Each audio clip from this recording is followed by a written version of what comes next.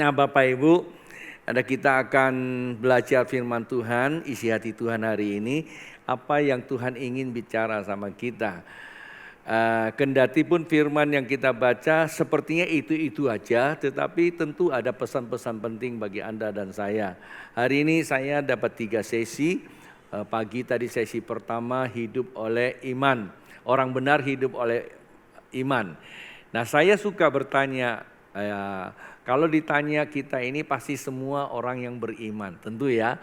Kalau apalagi seringkali kita kemukakan kita ini saudara seiman, tidak salah ya, kita boleh saja mengakui. Mengaku itu nggak ada undang-undang melarang loh ya. Tetapi kan bukan pengakuan kita, tetapi refleksi kita di dalam kehidupan kita, itu yang terpenting.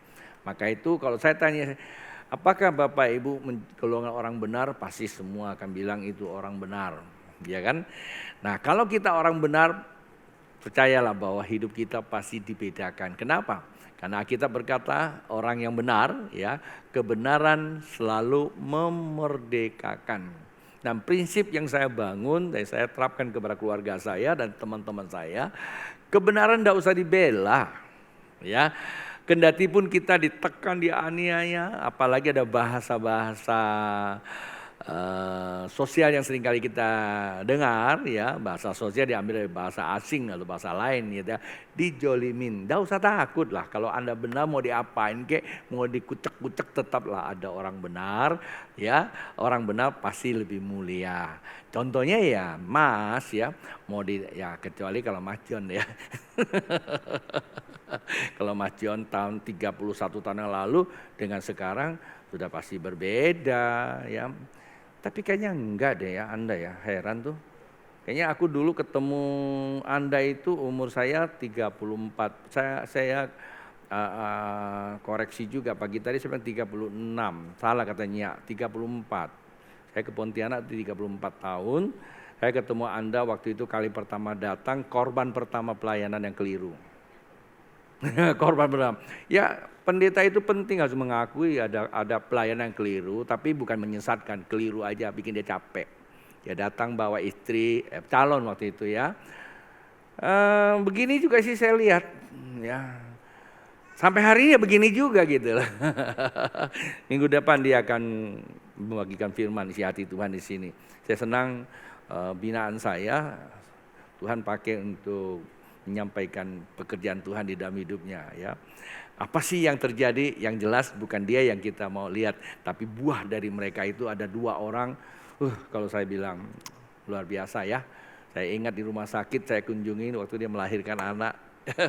Saya bawa handphone yang segede gini, kalau banting orang bisa kelenggar. Dan rupanya sekarang sudah jadi pilot. Saya bilang Anda belum jadi pilot kalau itu belum bawa opa. Kasih tahu sama anaknya ya, belum jadi pilot kalau belum bawa opak keliling dulu. Jangan suruh bayar. Oke, saya kira tidak berlama-lama, dia tidak berubah, saya yang agak berubah. Ya, saya 32 tahun dulu rambut saya itu gondrong ya. Sekarang juga tetap gondrong tapi agak sedikit. Ya. 2 minggu saya tidak berkhotbah, tapi saya menikmati apa yang disampaikan oleh teman-teman saya di tempat ini, sungguh memberkati. Minggu lalu Anda dengar firman Tuhan disampaikan oleh Pastor Sugandi ya, tentang iman ya. Sorenya Pastor Erna itu tentang kelemahan ya, saya hanya simpulkan ya. Dan kelemahan tidak akan bisa kuat di dalam menghadapi tantangan. Maka dikatakan bahwa di dalam kelemahan ada kekuatan. Nah Bapak Ibu, kalau kita orang benar jangan takut dilemahkan, ada kekuatan. Kenapa? Nah karena kebenaran itu melahirkan iman. Pagi tadi saya sudah sampaikan tuh sesi pertama, orang benar hidup oleh iman. Nah sesi yang kedua ini apa? Sesi yang kedua ini adalah Tuhan kontrol kehidupan di bumi. Nah, kalau Tuhan kontrol kehidupan di bumi, kira-kira Bapak Ibu dikontrol enggak? Oh iya, pasti dikontrol juga. Nah, kalau Tuhan yang mengontrol kita, lalu apa yang menjadi kegelisahan, kerisauan kita? Seharusnya tidak ada.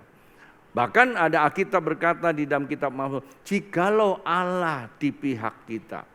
Jikalau Tuhan di pihak kita, siapa yang lawan kita? Halo, siapa yang lawan kita? Tidak ada. Tetapi yang lawan kita sendiri siapa? Sekali waktu dosen saya berkata, Ton, kamu tahu enggak? Problem utama di dalam hidup ini sebenarnya bukan iblis. Tapi kita ini sibuk ngurusin iblis ya. Nyari iblis mulu, sana iblis, sini setan, sana setan. Dia bilang bukan, problem setan itu bukanlah problem utama bagi kehidupan manusia. Kenapa? Karena iblis sudah dikalahkan.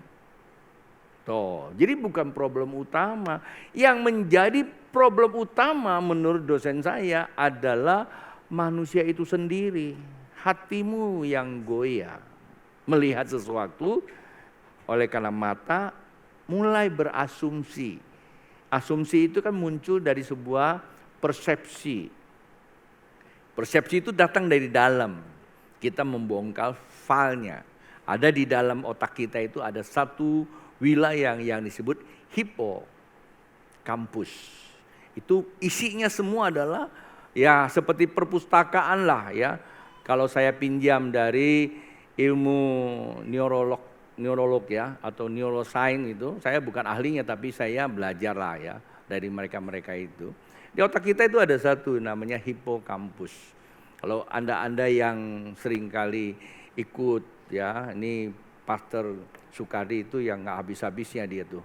Ya udah S1, S2 pasti dia akan ketemu masalah setiap kali mengakhiri sebuah tesis kan. Nah sebelum tesis itu namanya apa? Hah? Sebelum apa? Prakiraan itu namanya hipotesa. Ya kan? Nah hipotesa bukan antitesis ya. Kalau antitesis nanti jadi gondrong saya. Jadi hipo itu itulah sesuatu yang berisikan ya tentu ya di dalam otak kita ada dua. Ada yang empiris, ada yang ekspiris juga. Ada yang memang itu data sesuai dengan apa yang pernah terjadi dan apa yang memang tidak sesuai, hanya analisa kita. Maka itu disarankan jangan terlalu banyak isi hal-hal yang sifatnya cuma hanya fantasi. Dulu zaman kita karismatik yang masih baru-baru, wah nonton enggak boleh tuh. Karena nonton itu kehayalan.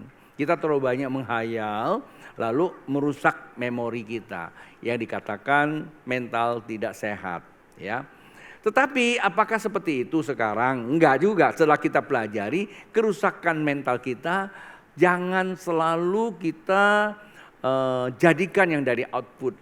Harus berarti kita ini punya filter, maka ada namanya self control.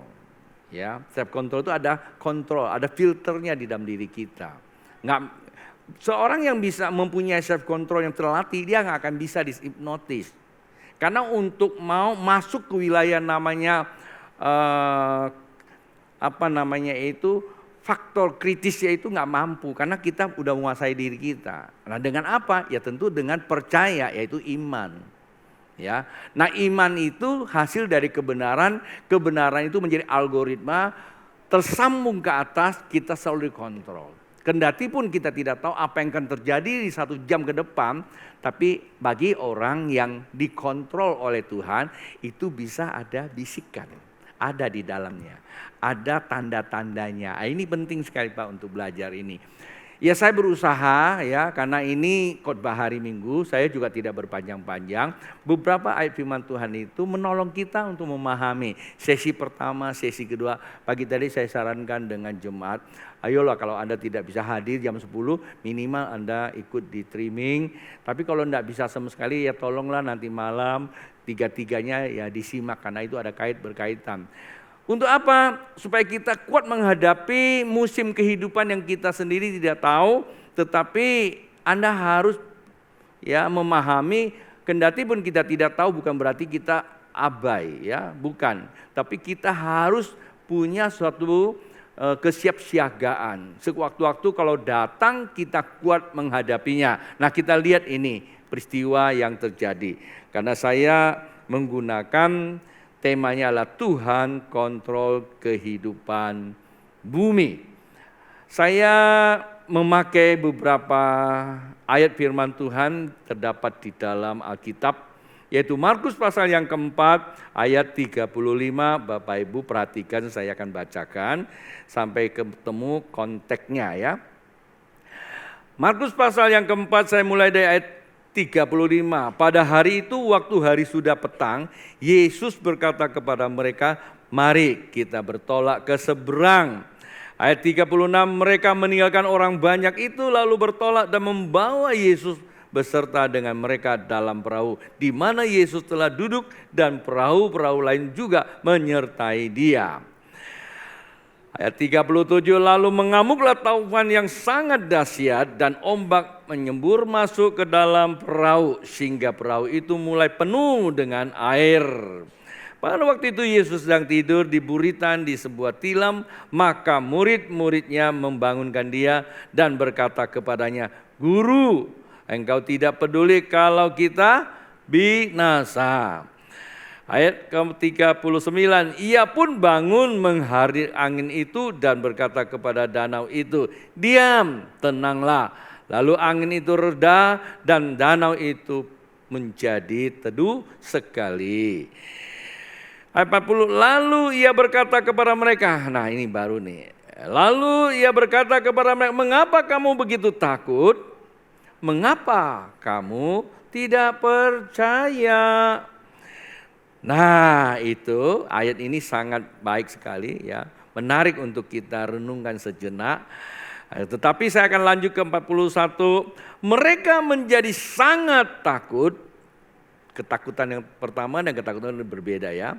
Mereka menjadi sangat takut dan berkata seorang kepada yang lain, siapa gerangan orang ini sehingga angin danau pun taat kepadanya. Nah, menarik nggak ayat ini dibaca? Oh sangat menarik Bapak Ibu. Tapi kalau cuma diliwatinya nggak menarik, bahkan membosankan. Apalagi sering dibaca. Sebenarnya di sini ada dua kata takut. Takut pertama adalah persoalan. Bukankah kita seringkali menghadapi persoalan juga takut? Baru saja kita menyelesaikan satu fase musim kehidupan namanya pandemi. Kendati pun sekarang sudah dicabut pandemi itu. Ya, namanya PPKM dicabut, kemudian sekarang kita masuk endemi. Kata endemi itu berarti tak berkesudahan sih sebenarnya. Ya, seperti flu, pilek itu kan juga endemi dari tahun 18 19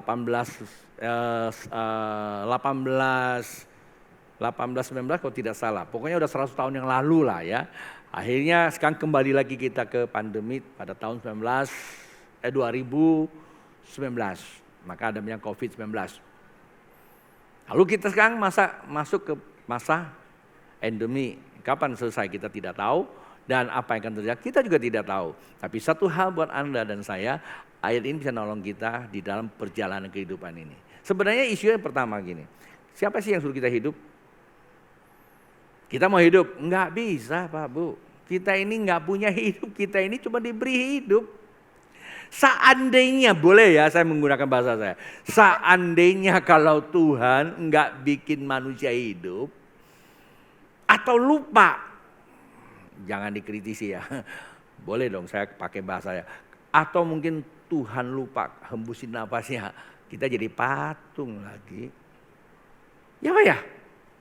Ya kan? Kalau Tuhan enggak kasih hidup kita jadi patung. Enggak beda-bedanya dengan semua yang ada di alam semesta ini menantikan kehidupan yang lain untuk menghidupi kita. Kita beda loh. Kita beda dengan pohon, kita beda dengan benda yang hidup di alam semesta ini. Kita ini di dalamnya.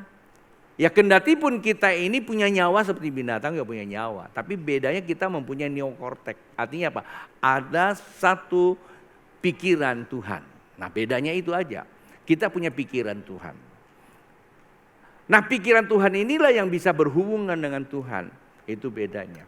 Akan tetapi ketika manusia takut masa depan. Ini awal-awal kejadian ya. Saya boleh sedikit berkisah buat Bapak Ibu. Perhatikan baik-baik. Kalau Anda takut, ketakutan itu cenderung mendorong hasrat kita pengen tahu. Itu aja. Adam dan Hawa takut masa depannya, dia pengen tahu, maka ia datang kepada si ular. Ular kasih tahu, Pengetahuan itu bisa memberi reaksi untuk melakukan sebuah tindakan yang tidak dibenarkan oleh Tuhan. Maka jatuh dalam dosa. Akibatnya virus ketakutan itu menghantui manusia. Sesungguhnya Bapak Ibu perlu ketahui. Sebenarnya di dalam alam semesta tidak ada kekuatan yang bisa membuat manusia itu lemah. Tidak bisa kalau kita punya iman. Kenapa? Karena kita punya iman, kita terkonek ke sorga bersama dengan Tuhan. Tetapi yang bisa membuat manusia tidak berdaya lalu jadi pecundang cuma satu. Virusnya itu takut. Karena takut. Itu aja. Itulah sebabnya kalau Anda baca Alkitab ada begitu banyak ayat dan kalimat. Jangan takut, jangan khawatir. Sehingga Tuhan coba membawa satu, bukan perumpamaan, membawa satu restorasi yang disebut revolusi mental. Ya, bagaimana supaya kita tidak takut? Ya cari dulu kerajaan Allah. Kalau Anda tinggal dalam kerajaan Allah, siapa yang lawan kita? Coba saya kasih contoh ya sebagai ilustrasi. Kalau Anda tinggal sekarang di Ukraina, takut nggak? Tinggal di Ukraina, enak loh. Ukraina itu kota yang sangat keren. Waduh, saya dikasih video Ukraina itu, bahkan ada pesawat terbesar di dunia Ukraina ya. Satu sudah musnah, tapi satu kemarin turun di Cipaganti di Bandung. Tahu nggak? Ya nggak tahu, tahunya cuma hanya Ganjar Prabowo sih. Ya, hanya di pemilu-pemilu aja. Coba yang lain-lain itu, keren loh, ya. Ukraina itu keren. Tapi saya tanya, mau nggak tinggal di Ukraina? Mau nggak? Ya, Anda mau tidak mau, kalau Anda tinggal di sana gimana? Ya, pas Anda jadi orang sana, terpaksa kan? Tapi apa yang membawa, ya apa yang menghantui Anda? Ketakutan. Nah itulah sebabnya karena kita tinggal dalam sebuah kondisi yang sedang berkecamuk, sedang dihantam oleh badai kehidupan, pasti takut toh. Betul nggak? Coba Anda pindah lagi ke satu negara ya, yang tidak ada ya, tidak ada perangnya. Oh, Anda rasa damai. Ya, seperti itulah. Maka Tuhan katakan kalau Anda hilang dari kekhawatiran, hilang dari rasa ketakutan, Anda harus temukan apa? Kerajaan Allah. Nah, pertanyaannya gimana kita temukan kerajaan Allah? Orang karismatik pintar itu, teriaknya kencang. Datanglah kerajaanmu ya Tuhan, karena Alkitab begitu kok ya. Datanglah kerajaan, nyanyinya kencang lagi. Datanglah kerajaanmu, jadilah kehendakmu di bumi seperti di sorga. Bayangin kalau bumi seperti surga, jadi gimana? Jangankan ke surga, ke Gaya Mall aja Anda udah seneng, ya. Ada warung kopi Aming, ya ada Starbucks. Endorse pula saya. Ya, habis ini Anda lapar ya, ada Imperial. Waduh, makanannya semua enak-enak. Tapi jangan makan sendiri ya, ingat saya. Nah, Pak Bu, itu suatu suasana yang berbeda. Saya berikan sesuatu buat Anda. Cari kerajaan Allah itu sebenarnya tidak perlu kita jauh-jauh. Kerajaan Allah itu adalah kebenaran. Ya kan? Hanya kebenaran aja. Kalau saya tanya siapa yang sudah punya kebenaran? Anda semua, saya orang benar. Masa iya? Orang benar tandanya apa? Hidup oleh iman. Orang yang punya iman, dia tidak perlu tahu 1 jam ke depan apa. Tapi satu hal yang dia percaya, 1 jam, 2 jam, 3 jam. Dunia boleh goncang, dunia boleh hilang, apapun boleh hilang. Tetapi saya bersama dengan Tuhan. Nah itulah sorga di bumi. Nah kalau mau beri kemuliaan buat dengan Tuhan kita. Nah kita lihat ketakutan yang kedua adalah melihat kebenaran. Lihat yang gak benar ya takut. Ya, Alkitab katakan mereka lihat Tuhan Yesus takut. Ketakutan itu begini ya di dalam ayat 41 begitu. Mereka menjadi sangat takut dan berkata kepada yang lain, siapa gerangan orang ini? Sehingga angin dan danau pun taat kepadanya. Jadi gini, kadang-kadang kita kalau melihat ada tanda-tanda mujizat. Lihat ada orang tertawa, ada orang nari-nari. Terus apa lagi? Kita lihat ada macam-macam kejadian di gereja, kita takut, sebagian takut. Jangan-jangan setan nih.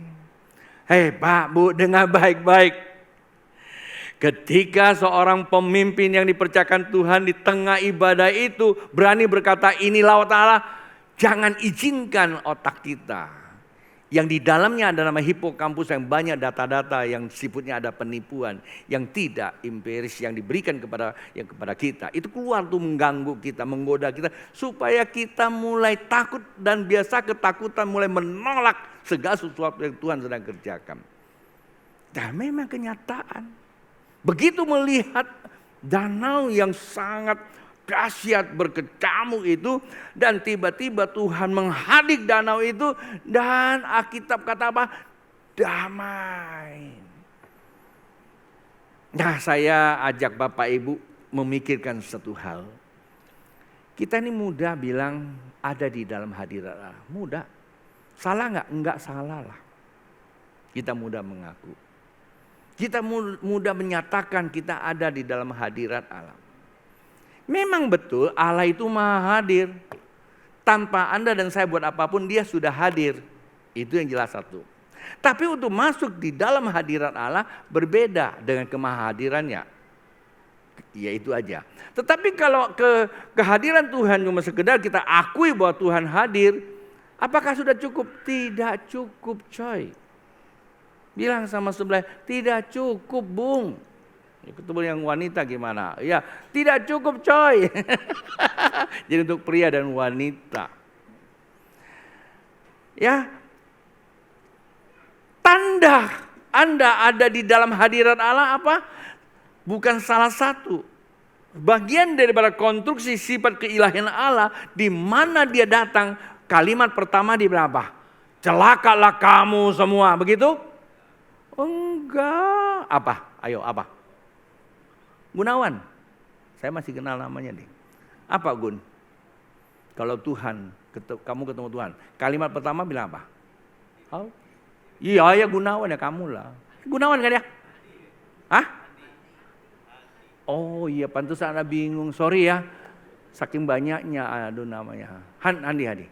Apa kalau Tuhan datang? Kamu ketemu Tuhan apa? Kalimat pertama yang diucapkan Tuhan. Ah itu dia.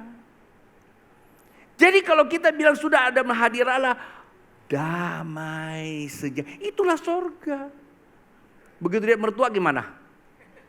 Halo, Han, gimana? Damai. Kalau dia istri belum masak gimana? Hah? Banting, piring? Ya enggak lagi, ya kan? Kalau ketemu musuh yang masih utang gimana? Lu gak bayar gue ya? Gitu. Enggak. Tapi kalau ketemu kita ngutang orang gimana? Ketakutan ngumpet gitu. Enggak juga. Damai. Kalau punya utang datang sama dia. Bung, aku punya utang. Bukan gak mau bayar, memang belum mampu bayar. Ayo kita doa sama-sama. Itu baru orang benar. Jangan larikan diri. Ngaku beriman. Nah ini yang perlu diketahui. Kalau Anda tiba-tiba mengalami sakit penyakit, dikasih tahu Anda sakit, gimana? Ketakutan kan? Pasti ketakutan. Tapi kalau kita orang benar di dalam hadirat, penyakit memang ada, takut juga gak sembuh kok. Justru takut itu menambah sakit. Damai. Saya kan pernah ngalami. Saya kadang-kadang pikir Tuhan kenapa banyak pengalaman berikan pada saya. Rupanya ini untuk inspirasi bagi kita.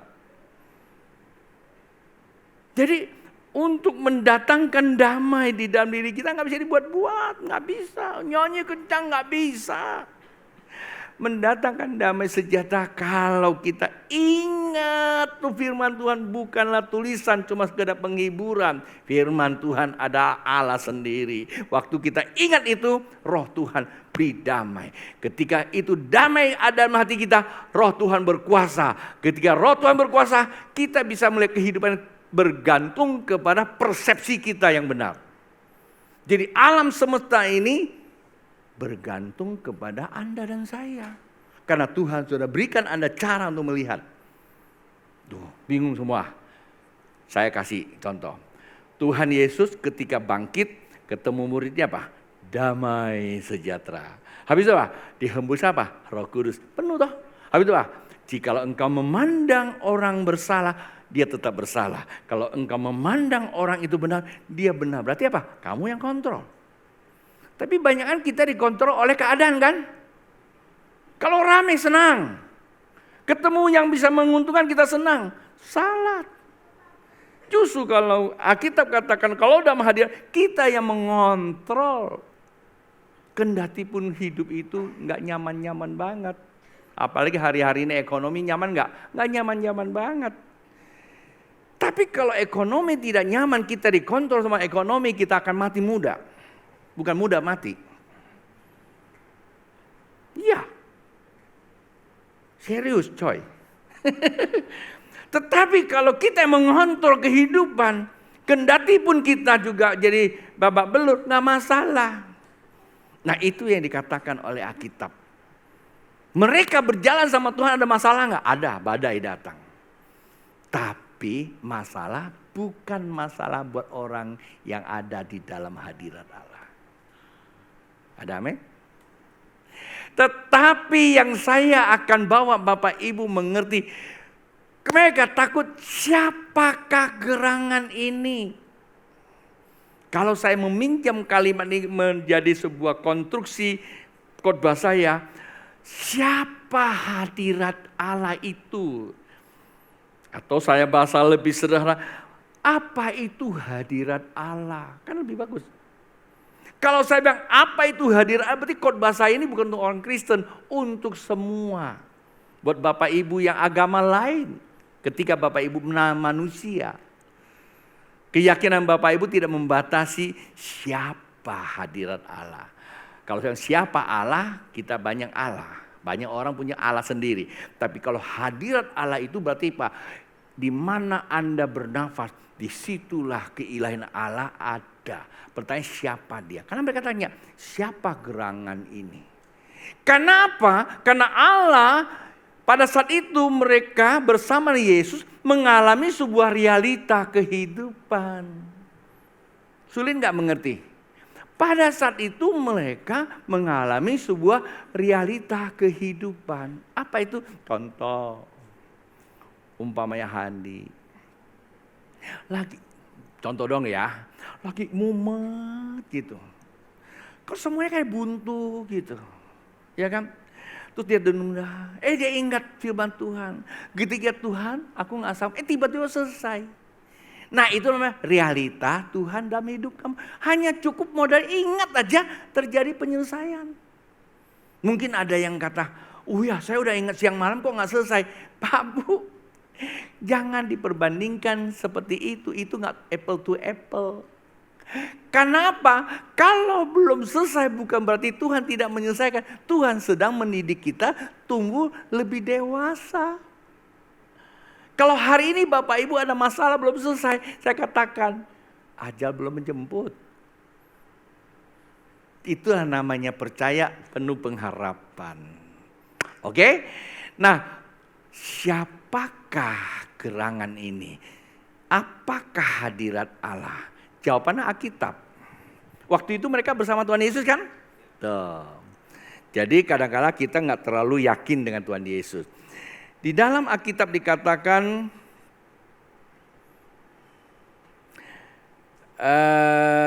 Matius pasal yang ke-12 ayat 8 berkata, Matius pasal 12 ayat 8 berkata demikian. Karena anak manusia apa? 1, 2, 3 sama-sama. 1, 2, 3. Karena anak manusia adalah Tuhan atas hari Sabat. Dalam ayat-ayat lain dikatakan Tuhan adalah empunya langit dan bumi. Siapa Tuhan itu? Ayat ini menerangkan siapa? Ayat ini menerangkan Yesus. Siapa yang ngomong Yesus itu Tuhan? Rasul? Nabi? Pengkhotbah? Bukan. Yesus sendiri yang bilang. Yesus tidak mengatakan aku adalah Tuhan. Kenapa? Karena aku adalah anak manusia. Ya kan? Aku adalah anak manusia, tapi aku adalah Tuhan atas hari Sabat. Artinya, jangankan yang sosial, yang religi pun saja di atasnya. Karena pada saat itu Tuhan sedang berbicara kepada orang Farisi, orang-orang yang sangat rohani. Perhatikan Bapak Ibu, kalau dia bicara tentang sesuatu yang berhubungan dengan keagamaan begitu tegas, bagaimana tentang yang lainnya? Nggak ada urusan. Orang yang beragama kadangkala mengabaikan hukum alam. Ditabrak sana, tabrak sini. Tetapi terhadap agama saja dia berani berkata, aku atas segala agama. Jadi buat anda di depan sana, apapun agamamu, Yesus di atas segala agama. Itu aja. Anda mau percaya, tidak percaya, terserah. Saya tidak mengatakan agama Anda itu salah. Tapi saya mengatakan Yesus itu berkata, atas hari Sabat. Artinya apa? Atas ibadah itu. Maka pada saat waktu mereka menghadapi badai kehidupan, itu hukum alam. Tuh, religi aja atasnya, apalagi yang namanya hukum kehidupan badai. Wah, kecil coy. Amen. Nah, sekarang saya mau turun kepada inti berita hari ini. Kalau Tuhan itu adalah Allah, kalau hadirat itu adalah pernyataan Allah, kalau saja Anda sembahyang itu karena berjumpa dengan hadirat Allah, berarti Allah di atas segala yang Anda alami. Itu yang pertama. Kedua, bagaimana kita mengalami Allah? Siapa yang mempunyai privilege untuk mengalami Allah? Apakah orang Kristen? Entah dulu. Kita lihat, ya. Kita lihat apa kata Alkitab. Matius pasal yang ke-20, Matius pasal 11. Nah, ini keren nih. Sering Bapak Ibu baca. Matius pasal 11 kita mulai baca dari ayat 28. Marilah kepadaku semua yang letih lesu dan berbadan berat. Berbeban berat. Saya salah baca. Aku akan memberikan kelegaan kepadamu. Pikul lakuk yang kupasang dan belajarlah kepadaku, karena aku lemah lembut dan rendah hati, dan jiwamu akan mendapat ketenangan. Sebab kuk yang kupasang itu enak dan bebanku pun ringan. Nah, ada 3 hal Bapak Ibu perhatikan baik-baik. Saya akan closing khotbah saya dengan 3 hal. Pertama kata Tuhan, marilah kepadaku yang letih lesu dan yang berbeban berat. Letih lesu berarti ada masalah. Berbeban berat berarti luar biasa. Ya kan? Ngerti gak? Aku akan berikan kelegaan kepadamu. Kalimat pertama, marilah kepadaku, ditujukan kepada siapa? Orang Kristen? No. Jadi Bapak Ibu yang di luar sana, apapun agamamu, kita bukan musuh. Apapun keyakinanmu, kita juga bukan musuh. Dan saya tidak punya pretensi untuk menjadikan Anda orang yang jadi Kristen, enggak. Tapi saya cuma mau kasih tahu buat Bapak Ibu di sini maupun yang di luar sana, bahwa ada satu pribadi yang bernama Yesus menawarkan. Ya kalau Anda mau percaya ya nggak apa-apa, ya boleh. Kalau nggak juga nggak apa-apa, nggak ada hukumnya ya. Nah, mari kepadamu. Kalau Anda sudah mulai mencari ke sana, cari ke sini, Anda sudah banyak mengeluarkan uang yang cukup besar, Anda sudah mencari orang pintar, terlalu banyak yang pintar, lama-lama Anda dibodohin juga. Nah, hari ini ada kabar baik bahwa ada satu nama bernama Yesus Kristus. Dia datang bukan untuk agama, dia datang kepada orang yang membutuhkan keselamatan. Berarti Yesus datang pada siapa? Siapa saja. Rugi dong. Kalau Anda luar cari ke sana cari sini tidak bisa ada pertolongan. Kenapa tidak bilang, Yesus, aku mau percaya. Siapa Yesus? Kata Alkitab, siapa dia? Dia adalah Tuhan atas kehidupan ini. Selesai toh. Jadi tidak perlu. Maka itu orang Kristen jangan menyusahkan orang yang butuhkan pertolongan. Anda percaya, Anda mau sembuh, percaya Yesus dulu, bertobat dulu. Ya ampun, orang langsung dibawa jadi Kristen. Kristen juga tidak akan mungkin bisa menyelamatkan kalau Anda tidak percaya Yesus. Benar. Ya. Jadi Yesus datang bagi siapa saja. Wah, luar biasa dong ya. Loh, saya ini dulunya bukan orang Kristen. Ketika saya teriak, Tuhan apa salah saya? Yang datang ke saya siapa? Yesus. Maka saya diselamatkan. Nah, itu yang pertama. Dan yang kedua, maka saya istilahkan apa? TKP itu. Ya, itu pertama, Tuhan tidak membatasi. Yang kedua itu penting. Ya, TK. Ya, dua itu kebenaran. Yesus bilang, pertama kamu disembuhkan tanpa syarat. Tapi yang kedua, kesembuhan tidak menjamin Anda masuk surga. Kesembuhan tidak menjamin Anda dibedakan di dalam kehidupan ini. Mujizat kaya dan semua Anda bisa peroleh dari Tuhan Yesus. Tapi tidak menjamin Anda masuk surga. Kendati pun ada yang menjamin kamu masuk surga, no, kalau Anda tidak ikuti Alkitab. Marilah kepadaku yang letih lesu Anda dapat. Tapi yang kedua apa? Belajarlah kepadaku. Nah, itu penting. Sebab aku apa? Lemah lembut dan supaya apa? Jiwamu tenang. Jadi kita tidak hanya cukup mendapatkan pertolongan Tuhan atas nama mujizat. Tidak cukup, coy. Kita perlu dimuridkan. Sebab Yesus datang menjadikan semua bangsa muridnya. Bukan Kristen. Ingat, siapapun Anda, kalau Anda percaya Yesus, saya percayakan pada Anda, kalau Anda percaya Yesus, Anda punya masalah ditolong. Yang kedua, Anda belajar Alkitab. Baca Alkitab. Gunanya apa? Mengisi kembali memori otak kita yang disebut hipokampus itu. Supaya penuh dengan perbendaharaan kebenaran. Manakala ada sesuatu kamu ingat. Bukan ingat masalah. Tapi ingat Tuhan Yesus. Segala masalah dapat ditanggungkannya. Enak khotbah ini. Ya kan? Jadi gak ada beban kan? Gak ada beban. Cukup pertama percaya Yesus, Anda selesai. Kedua apa? Belajar Anda jadi orang Kristen. Nah, tapi yang ketiga ini agak sedikit berbeda. Yang ketiga ini pikul lakuk. Nah, Pak Bu, tidak cukup cuma mujizat mengalami berkat itu karena kasih karunia. Kedua, tidak cukup jadi orang Kristen, punya label Kristen, pakai pin Kristen. Are you Christian? Yes, I'm Christian. Enggak Pak Bu, enggak cukup. Perlu bertumbuh serupa dengan Yesus. Nah, kalau bertumbuh serupa dengan Yesus, perlu pikul kuk. Apa itu kuk? Bapak Ibu pernah baca Alkitab? Orang yang benar hidup dipimpin oleh Roh Kudus. Barang siapa yang benar pasti dipenuhi roh kan? Kalau dipenuhi roh, dia harus dipimpin oleh Roh Kudus. Gimana cara dipimpin Roh Kudus? Saya mau tanya, gimana? Oh, saya udah dipimpin Roh Kudus kok. Anda udah dipimpin Roh Kudus? Sudah dipimpin Roh Kudus? Oh, udah. Gimana caranya? Coba jelasin. Roh Kudus nggak kelihatan. Roh Kudus tidak kelihatan, Bu. Tapi Roh Kudus akan manifestasi kepada istilahnya itu kuk. Simbol apa itu kuk? Kuk itu diikat. Kuk itu adalah satu alat yang mengikat kita menjadi satu kesatuan.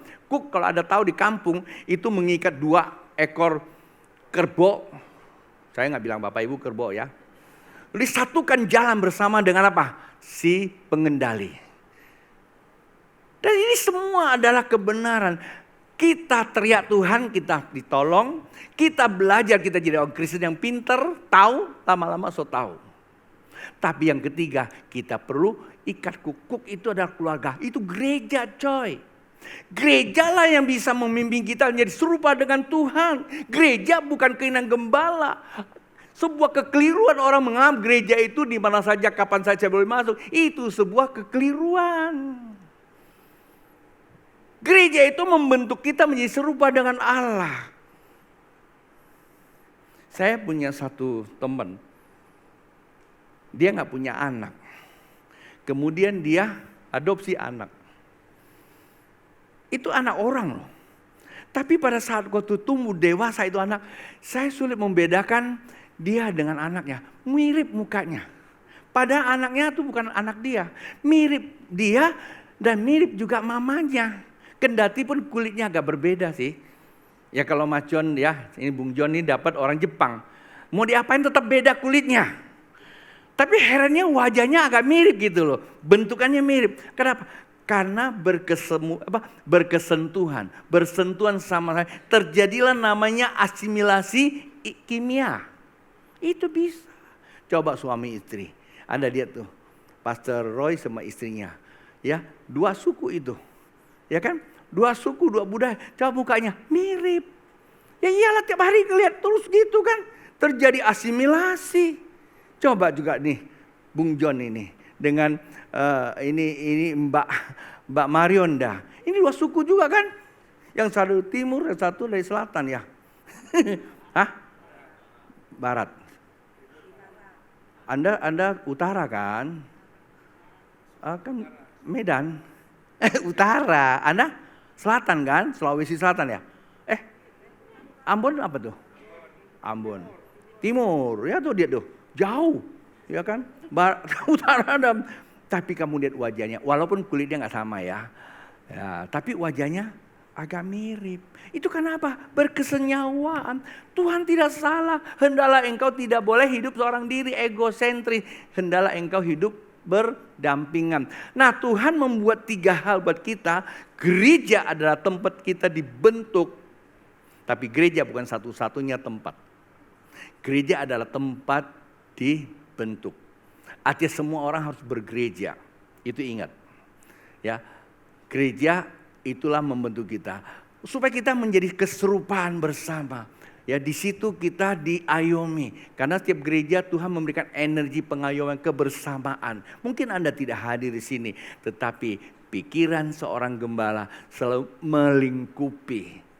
melingkupi atau merengkuh seluruh jemaatnya tumbuh searah kepada Kristus Tuhan kita.